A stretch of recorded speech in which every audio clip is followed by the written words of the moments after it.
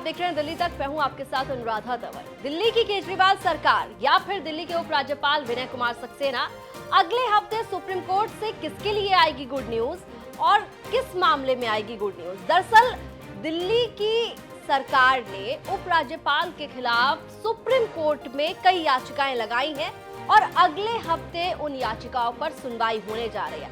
सीधे सीधे जो मामला है वो है शक्तियों का, अधिकारों का। और शक्तियों की बात करें, अधिकारों की बात करें तो लड़ाई खुलकर आपने देखी है कि किस तरीके से केजरीवाल सरकार और उपराज्यपाल के बीच दिखाई देती है। लेकिन मामला सुप्रीम कोर्ट में है और अगले हफ्ते से सबसे बड़े मामले की बात करें, जो ऑर्डिनेंस का मामला है, जो अध्यादेश का मामला है, उस पर सुनवाई होने जा रही है। और ऑर्डिनेंस के अलावा किस और मामले पर सुनवाई होगी, ये आपको जरा तफसील से हम ग्राफिक्स के जरिए बताते हैं ताकि आपको समझने में थोड़ी और आसानी हो। सबसे पहले बात करें 10 जुलाई की, यानी कि सोमवार की। तो सोमवार को सुप्रीम कोर्ट में दिल्ली सरकार की केंद्र के अध्यादेश को चुनौती देने वाली याचिका पर सुनवाई शुरू होगी। आपको बता दें कि 19 मई को केंद्र सरकार दिल्ली में अध्यादेश लाई थी, जिसमें अफसरों के पोस्टिंग और ट्रांसफर करने के निर्णय को दिल्ली सरकार से छीनकर National Capital Civil Services Authority को दिया गया था। इसी अध्यादेश को दिल्ली सरकार ने सुप्रीम कोर्ट में चैलेंज किया है, चुनौती दी है। वहीं 11 जुलाई को दिल्ली सरकार की एलजी द्वारा डीआरसी के अध्यक्ष की नियुक्ति मामले पर दायर याचिका पर सुप्रीम कोर्ट में सुनवाई होगी।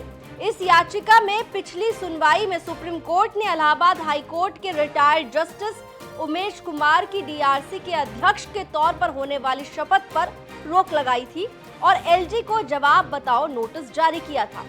दोनों ही मामलों में केजरीवाल सरकार और उपराज्यपाल के बीच अधिकारों और शक्तियों की लड़ाई है। तो अगले हफ्ते 10 जुलाई और 11 जुलाई दोनों ही तारीख बड़ी महत्वपूर्ण है दिल्ली की केजरीवाल सरकार और दिल्ली के उपराज्यपाल के लिए, क्योंकि दोनों ही तारीखों पर अलग अलग मामलों में सुनवाई होगी। जैसा कि हमने आपको ग्राफिक्स के जरिए बताया भी कि 10 जुलाई को, यानी कि अगले हफ्ते जब सोमवार को कोर्ट खुलेगा, सुप्रीम कोर्ट खुलेगा, उस दिन अध्यादेश के मसले पर सुनवाई शुरू होगी।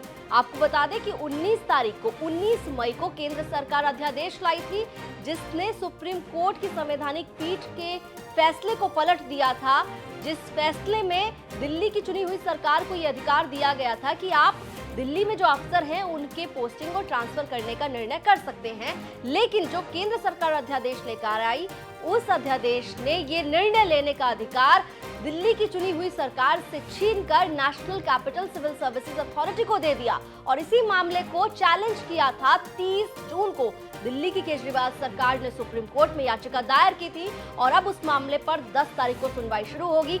सीधे सीधे शक्तियों की लड़ाई है, अधिकारों की जंग है। वहीं 11 जुलाई को जो मामला सुप्रीम कोर्ट में लगा है, जिस पर सुनवाई होगी, वो भी मामला जुड़ा हुआ है अध्यादेश से। डीआरसी के चेयरमैन की नियुक्ति का मामला है। बीते दिनों काफी बवाल हुआ। आपने देखा कि एलजी जो है वो बार बार सरकार पर दबाव बना रहे थे कि डीआरसी के जो चेयरमैन हैं उनकी नियुक्ति कर दी गई है तो उनकी शपथ क्यों नहीं करवा रही है केजरीवाल सरकार।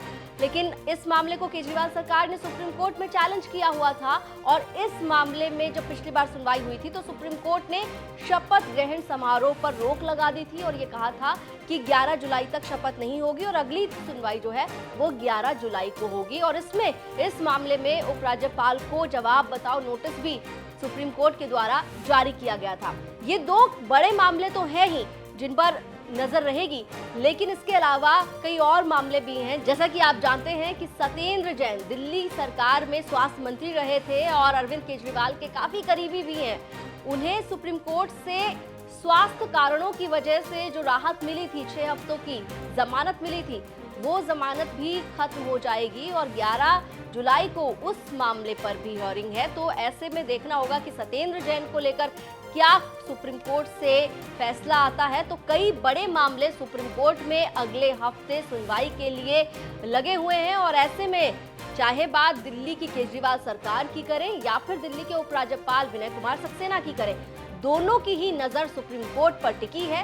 फैसला किसके पक्ष में आएगा, गुड न्यूज किसे मिलेगी, बैड न्यूज किसके लिए होगी, इसके लिए इंतजार अगले हफ्ते के लिए करना होगा, क्योंकि अगले हफ्ते से सुनवाई शुरू हो रही है और सबसे ज्यादा फोकस जो है वो ऑर्डिनेंस के मसले पर है, अध्यादेश के मसले पर है, क्योंकि अध्यादेश को लेकर लगातार केजरीवाल सरकार ने एक तरफ जहां केंद्र को घेरा, वहीं दूसरी ओर लगातार दिल्ली के मुख्यमंत्री अपने नेताओं के साथ अलग अलग राज्य में गए, वहां पर जाकर विपक्षी दलों के नेताओं से समर्थन जुटाने की उन्होंने प्रयास किए थे और काफी जो क्षेत्रीय दल हैं उनकी तरफ से आश्वासन दिया गया समर्थन का। हालांकि कांग्रेस की ओर से अभी तक समर्थन का आश्वासन नहीं मिला है, लेकिन इसके बावजूद जो पिटीशन उनकी तरफ से दायर की गई सुप्रीम कोर्ट में, उस पर अब जो है सुनवाई शुरू होने जा रही है 10 जुलाई से। तो 10 जुलाई को अब देखना होगा कि किस तरीके से सुनवाई शुरू होती है, और खासकर अगर बात करें कि सुनवाई में क्या क्या दलीलें दोनों ही पक्षों की ओर से दी जाती है, चाहे बात दिल्ली सरकार की करें